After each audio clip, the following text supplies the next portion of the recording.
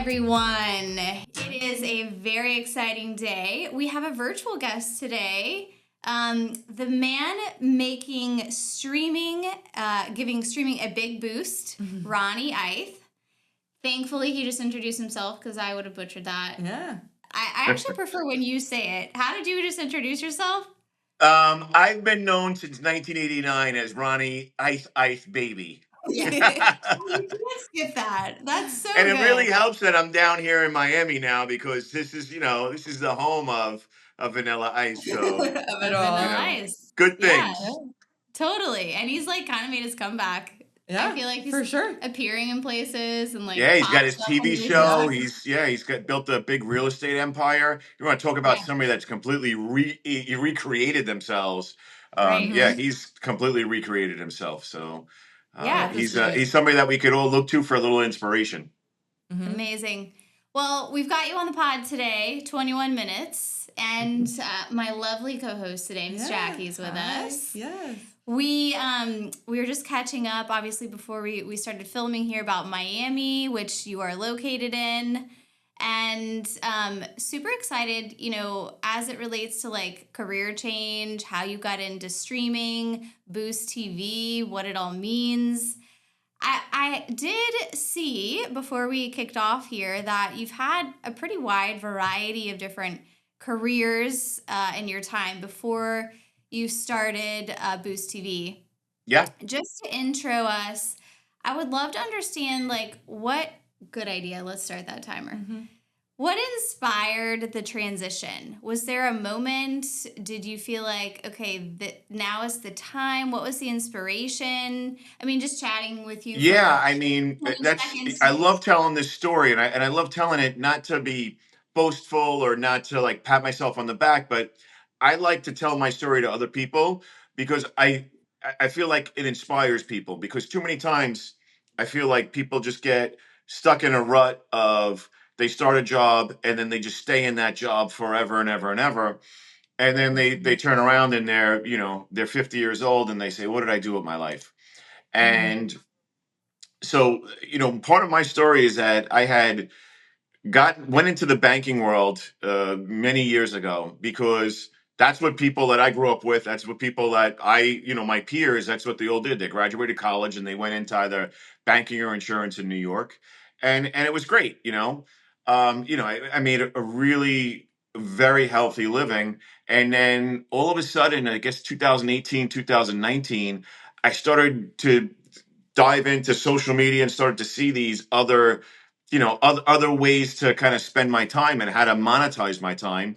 And let me tell you, as soon as the synapses started to connect inside of my brain, I realized that when I was a young kid, what I wanted to be on stage. What I wanted to do is I always wanted to create music. I always wanted to write plays and be in the school play and do video content. But at that time, everybody's just said, just go to school, get your degree. You're never gonna make it as an actor. Nobody makes it. You end up waiting tables. And boom, what happened? I turned to be 45 years old, and I went into the TV world. I left banking, and I went straight into the TV world, and never looked back. That's pretty awesome. That is awesome, especially since you're from New York, which I know that's probably like a common theme of like people wanting to be actors and then not making it, and you have those friends that you from high school or college are still there. They're waiting tables. They've just had a lot. And you know what the funny thing is that a couple of my friends who did go, like they studied theater and they did go into acting and they've got their SAG card and they're actors and they've been on some soap operas and they've done a bunch of national commercials or whatever. They look at what I've done because I went from being on social media to being on local TV to being on NBC regionally in the period of 12 months. And they look at me and they say, we hate you. How did you do this? And I'm like, because I just didn't think that I thought this is the way that it happens. You went, you made phone calls, you went, you talked to people, and you just, you shot your shot, shoot or shoot. And I just shot my shot. And I guess part of it was perseverance, part of it was timing, part of it was personality, part of it was my connections, and boom, things happened. Isn't it funny how sometimes naivete works in our favor? Because I feel like of all the folks we've had on and, sort of chatted about their success and how they've been able to accomplish so many things, the thread always seems to be if I would have known what it actually took before Yeah. I started, you know, the intimidation of like launching into something, especially in your case where, you know, it's quote been done, right? Like especially during that time, 2018 to 2019, Netflix, all of these streaming services just Yeah. kind of really taking a foothold, For sure. tearing away audiences from some more traditional and non-traditional, you know, YouTube versus even cable, right? Yeah. And so I would love just to understand how you combated this idea of like it's already been done before. What was the thought process around Like I said, shoot or shoot. And the Mhm. idea of it's already been done before, everything's always been done before, right? So you just have to do what you want to do, and you don't let anybody stop you, and Yeah. that's it. And I think part of it, to your point, was naivete, because I just said, hey, let me just go have fun, let me just go do what I'm gonna do, and that's it. And it worked for me, you know. Yeah. Do you Can you point to a moment where you were like, okay, I'm gonna make this jump. I have to rip the band-aid off. I have to burn the ships, Uh-huh. bridges. Yeah. Just Burn the ships. Yeah, you bring burn the the Burn ships on ships. shore and you burn Burn them so bridges you is can't not a go good back. thing. Yeah. We don't want to burn bridges. Bridges. Burn Burn the bridges ship. is when you ruin relationships. We're not burning bridges. Yeah, no, we No, don't want to do that. we're making bridges. We're burning ships. When did you do that?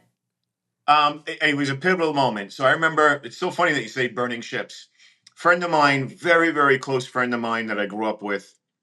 But we kind of went our separate ways after college, and he ended up in London, and he ended up in the shipping industry. And he became very successful in the shipping industry. And everybody always spoke about him. All of my alumni, all of our classmates, all spoke about, how well he was doing. And he had a company worth a couple of $100 million. And one day, randomly, this was just when I was on like local TV. Randomly, he says, "Hey, I'm gonna be in Miami." He hits me up, and I hadn't spoken to him in a while. And he says, "I'm gonna be in Miami. Let's meet up." So he meets up with me, and we start talking. I'm telling him about what I got going on and this, that, and the other thing. He's like, "Yeah." He goes, "You fell into the trap." He goes, "And now you realize that you're in the trap." He said, "You fell into the trap where you got," and he told me the story about how he was doing really well financially, not like super rich, but just doing well financially. And this Greek guy that owned a big shipping company told him, "You fell into the trap, and you're supposed to be worth a couple of $100 million." And said, "Go to Wall Street, go to your buddies, get some backing. Let's buy a couple of ships, and let's create this shipping business that you specialize in. That you've been making these other companies hundreds of $1 millions. Let's do it for yourself." And he said that to me, and he said, "You fell into the trap. You went into the banking world. You're making a couple of $100,000 a year. You got a great retirement plan, and you gave up on your dream. You gave up on your aspirations, and they fooled you. They fooled you. Yo, look, you have a penthouse apartment right on the water in Miami. You're at 4 o'clock every day. You're sipping margaritas and you're hanging out with beautiful people. They fooled you into just keep on making money for them." And when he said that to me, I said, "Oh my God, I need to get out of the banking business. I need to get out of corporate America and go do my own thing." And once I did that, it's not like I started making more money, but I had my life. Instead of waking up every morning and going to work at 7:30 in the morning and coming home at 6, 7 o'clock at night, and just being on that wheel, the rat race. I started to realize, okay, I could go to the gym in the morning, spend an hour and a half, 2 hours at the gym. I can go sit down and have coffee like I'm a European aristocrat, cross my legs and sip multiple cappuccinos until 10:30 in the morning. I can do all the things that I want to do. I can travel as much as I want. And what I realized is that I can work, maybe 10 hours a week and get more done than working 50 or 60 hours a week in corporate America. And I can, yeah, there are some times where I'm making really fabulous money, and sometimes where, I'm just making my money and just whatever. But I have my own time and I'm doing my own thing. And now I've been able to attract investors into the business. And now I just had a call the other day where we're bringing on, we're putting together a syllabus to bring on a $10 million investor. So things are really happening. And not only that, but like in the last year, I was telling, Jackie that I've really kind of transformed the business to being a business that I had to pay people to do everything to now I'm using AI. And AI is Right. just it has just exploded the business and allowed the business to scale without having to hire, so many people. I still have people that work for me and I'm paying them to do things, but we have AI doing things in the background that are just automated tasks that allow us to really have allowed us to kind of accelerate maybe 5 years in a span of 6 months. That's awesome. And I know I said hold on to it because I wanted to ask when we were Mhm. talking about it earlier, but in what capacity has AI, like, where do you use it when it comes to like streaming services and stuff that you Sure. are involved with? So Yeah. so I own Boost Media, Boost TV. Boost TV is our streaming TV platform on Roku, Amazon, Apple TV, whatever. And then we have Boost Media, which is like our online magazine. It's all underneath the same umbrella, but so Boost is Boost. So Mhm. two things that we've really done that's allowed us to expand exponentially is that we when I first started the streaming platform, the idea was that I wanted it to be an aggregator for other people that were similar to me but Mhm. just didn't have the opportunity to get onto the streaming platforms like I did. So part of it was that I knew I could monetize. If I could help people get online, I knew I could monetize it. But also, I knew that the more that I helped people get on, the more that word would get out and the more it would be. But however, it's very labor intensive because people would send me their content. We'd have to download it, QC it, go through it, watch it all, make sure that it was edited properly and that all of the coding in the background was the right way, and then we'd have to upload it, which sometimes, sometimes it could take 5 minutes, sometimes it could take 5 hours. And you're just sitting here Yeah. waiting. What we used AI to create is a portal that basically recreated our own YouTube where people can go on and upload their content, upload all their graphics packages, their video thumbnails or whatever. And within 5 minutes, it's uploaded. The AI, clears it in the background and does all the QC on it. And it's streaming within 5 minutes onto Roku, Amazon, Apple TV, Google TV.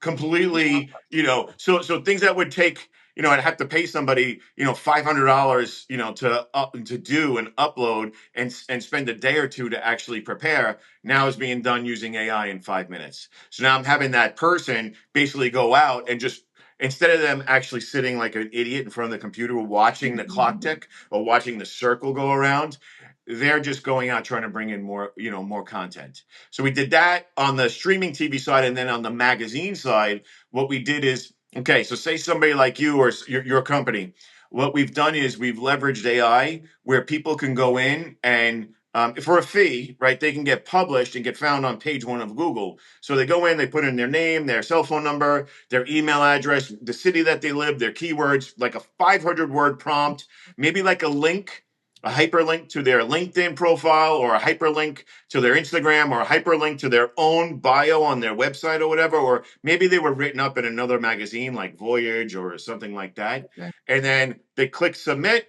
boom. In 15 seconds, it's published on the website. Boom. Yeah. Boom. Yeah. Exactly. And Yeah. then what we're seeing is that the people that have done it, we just literally just launched it 3 weeks ago. The people that are doing it, they're on page one of Google, and Okay. it takes some partnership because they have to promote it on their own, right? Because that's how the algorithm in Google works. So they've got to put it into their stories. They got to put it out in their CRM and put it in their blast email. They have to share Mhm. it with everybody because that's how it's organically stays there at page one. If they're not doing it on a consistent Yeah. basis, then they're not. They're gonna drop off for sure. Yeah, it's It's a constant pretty optimization. powerful like success story of how AI and technology has been able to allow you like even greater success. I feel like what I hear you saying, both on the streaming and the magazine side is you had the makings, right? Like the foundation was there. You chased your passion. You found financial freedom, but more importantly, I think what we're all chasing, at least I speak for myself, time freedom. Mhm. Yeah. And so you freed up all of that. You started chasing your passions. You were attracting investors because people saw your excitement around it. You can't not. I mean, you just Yeah. dropped the boom. Yeah. Like, hello. Yeah. So, and then AI comes out out, and it just gives you like more hands and feet to do what you're doing. Do you Yeah. feel like it's changed the trajectory of your business at Well, all? Has it yeah. changed? Have you not been listening to what I'm saying here? Yes, absolutely. And I feel in a way I'm beating myself up because I had wanted when I originally started this, when COVID started and quarantine started back 2020, 2021, this was my plan all along. And yet I kind of sat on my hands instead of just taking action because I was like, let me think. How can I do this? How can I do it? Is it Mhm. possible? And Right. it's You been kind of possible all along. It's just that I was just too lazy or I was too set in my ways of doing things to say, yes, it is possible to do. It's also one of those things I think with AI and the way that search overall has evolved, and especially social media and tutorials, whatever it may be, you forget that around the time frame that you were starting to do this, there was little to no like Yeah. resources for anyone to look through to figure out Yeah. where do I start. Like you could read a Hmm. book, you kind of can go anywhere, but you couldn't actually like point blank, how do I do this and have something scrape everything and throw it out back at you. Yeah, exactly. And So it's that's, definitely it's mind boggling. everything happens for a reason and everything coincided at the same exact time. So when I really like over the summertime of 2025, so about 6 months ago, when I really started to hone in on this, AI was really starting to explode. And AI, if you know anything about AI, the more people that are using AI, and not just using it, most people are using AI the wrong way. Most people are using it like an advanced form of Google. you know Mhm. oh, how do I cook the perfect hard-boiled egg like Buddha Vita does, and that's Google. But the more Yeah. that people use AI intentionally, the better that it gets. It's just the nature of it. So when I started looking at all these different websites and how to connect these websites together, I always knew how to structurally do things or how I needed to wire these things together. And then I would talk to computer programmers or coders, and they would say, you'd always get like different answers from them. And then Mhm. once I started to really leverage AI, I started to use AI to develop the code, and Mhm. I'm okay at coding, but I'm not a professional. But I can read it enough. It's kind of like how like I speak Spanish and I speak English and I speak German. I can kind of fake Italian, kind of fake coding. Like I can look at it and say, all Yeah. right, this is how they're doing this. I couldn't sit down and do it. Mhm. I can speak Italian with my hands. That's Yeah. about it. But I can understand it because of the Spanish, right? And some of the other Yes. European influences.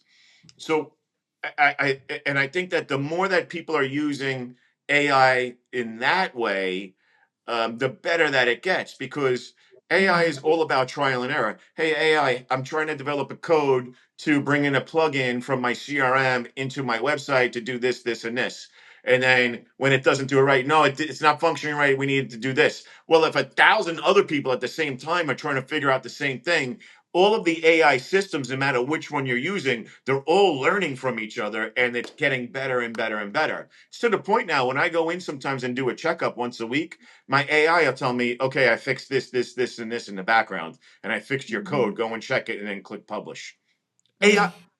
you used to have to pay somebody and then you would have to tell them exactly what to do and give them instructions. Now, AI, once you have it going in the right way, AI is just getting better and better. I was talking with somebody yesterday and they're a little bit older. And, as people are older, you guys are like the generation below me. I'm here. She's like a generation above me and she's not very technologically advanced. And she's telling me that the way that she's using AI and Claude is she's basically using it to do a lot of her scheduling and a lot of her calendaring and clearing up a lot of her emails.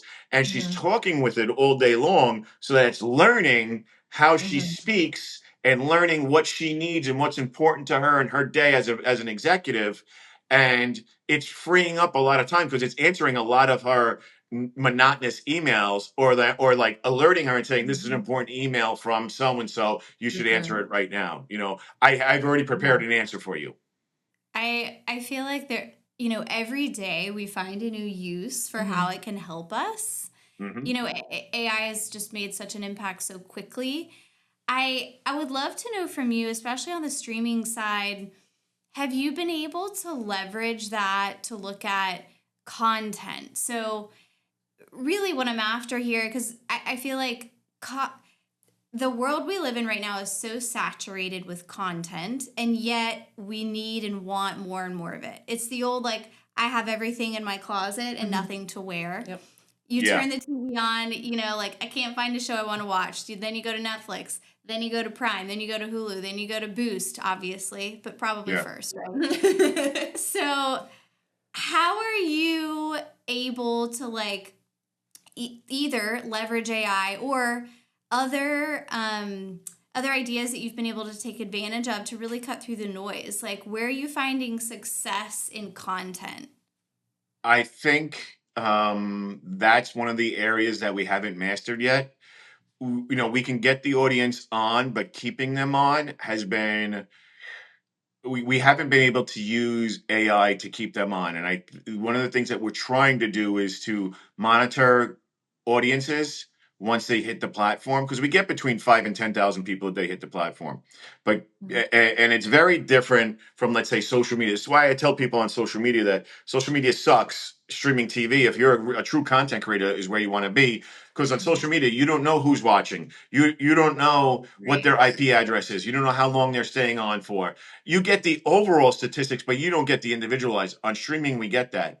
So one of the things that we're trying to figure out is, like when you go on to Amazon Prime or Netflix and you get done watching a show, like you binge watch a show or you watch a movie, and then the next time you go in, it's like, because you watch this, you'd be interested in this. So Yeah, the one of the things that we're trying to, right, one of the things that we're trying to do is kind of bring on more content, and then in our marketing platform, on the marketing side, um, be able to send out blasted emails that are directed at segmented audiences. So if you watch like a cooking show, okay, now the next time that we have a cooking show come on, we send out the blast email to them and try to get them to, to tune back in. right.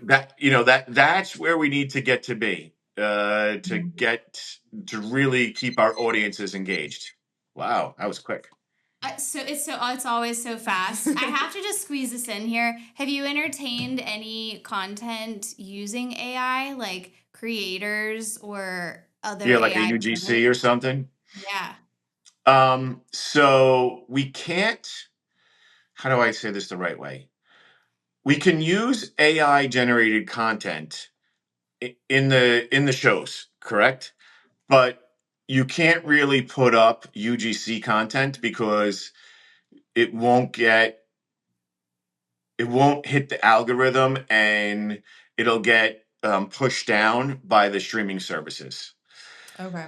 Because Got it. they want it to be real people, right? Unless it's a cartoon and everybody knows that it's a cartoon. But what they don't want is people watching and wondering, is this a real person or whatever? Now, it could be like the three of us having a conversation, and in the background, maybe somebody, 4 or 5 people are in the audience behind you. We put in Yeah. an AI audience behind you. Mhm. That's fine, but they don't want UGC characters being. They don't want that That's yet. yeah. It's I was gonna say too. that's like a green screen at the end of the day is what, like, if you Yeah. add it in, that's what it Hmm. feels like to It's me. AR, not Yeah, VR. yeah. Right. Yeah. Yeah. Hmm. Crazy. Yep. Okay, it's never enough time, but we do have some rapid fire Okay, questions. let's go. Jackie's gonna come for you. Get ready.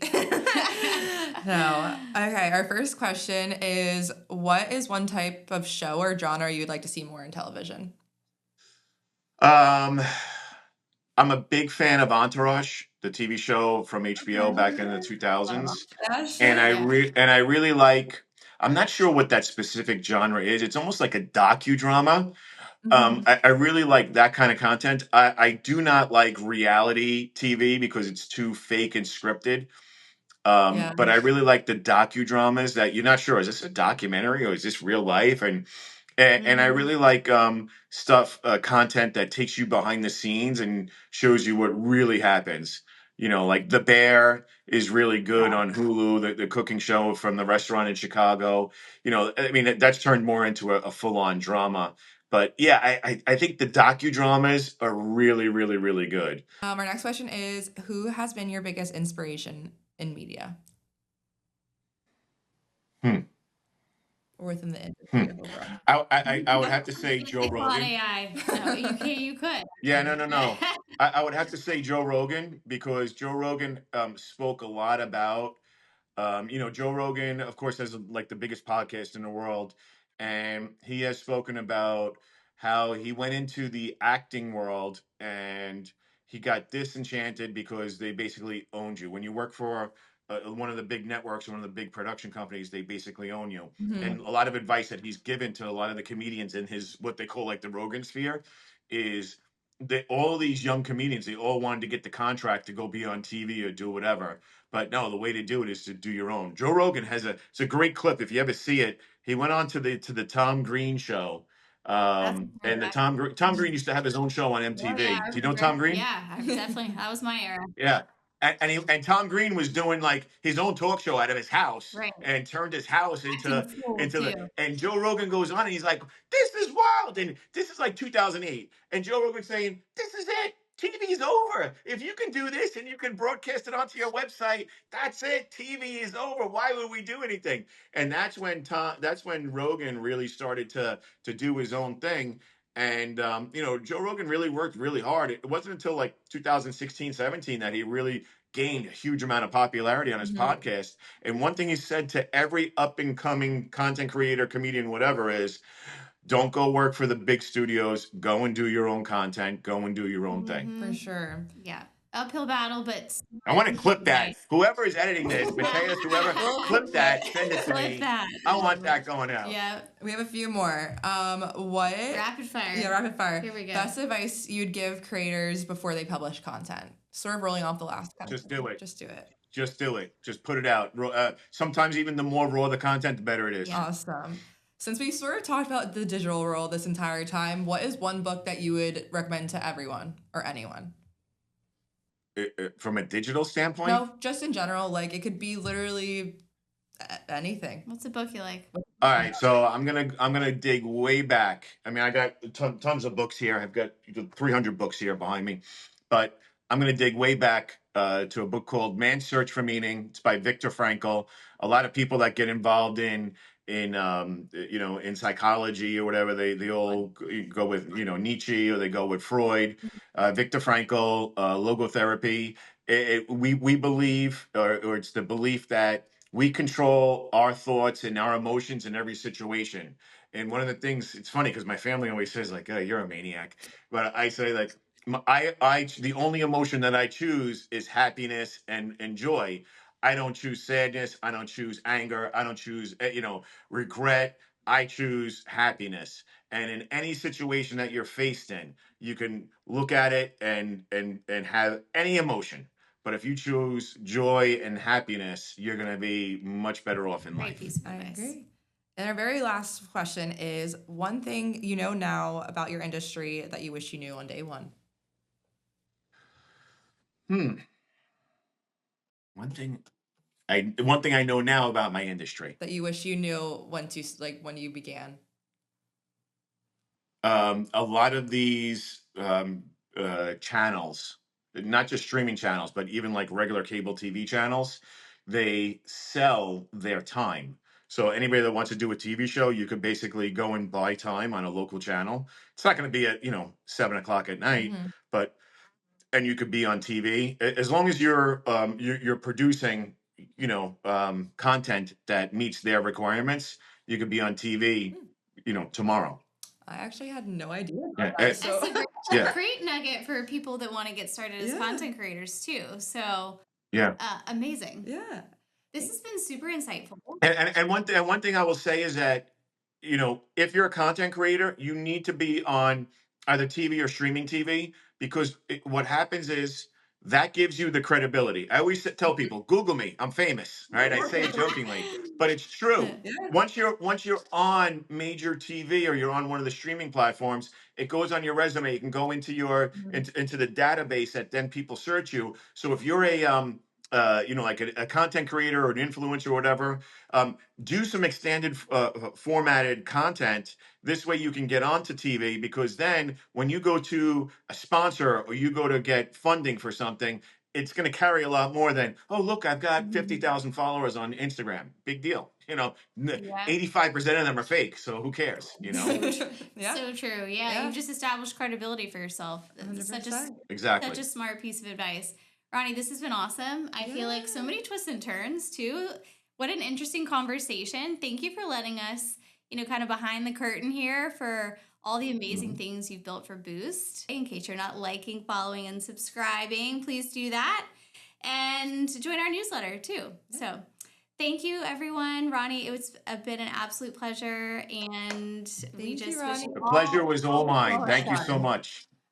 Look, I got to spend my Tuesday morning with two beautiful, fun, educated women who actually paid attention to what I was saying for once without me That was having to buy dinner or a incredible. drink. Fantastic. that is a bit like therapy. You're right. Yeah, Yeah. for sure. Well, thank you Yes, so much, indeed. Send me the Ronnie. bill. Yeah, we had so much fun today. This was awesome. We appreciate Indeed. you. And we'll I can't wait to do it again. Let's do it again in a couple of months so we can catch up and I can, I could really share with you some more of the developments with the company. Would love that. That'd That be sounds great. amazing. All fantastic. right. You got it. Well, Get well, boosted. yeah, All we'll Let's keep go. posting everything. Have a nice day. Take care.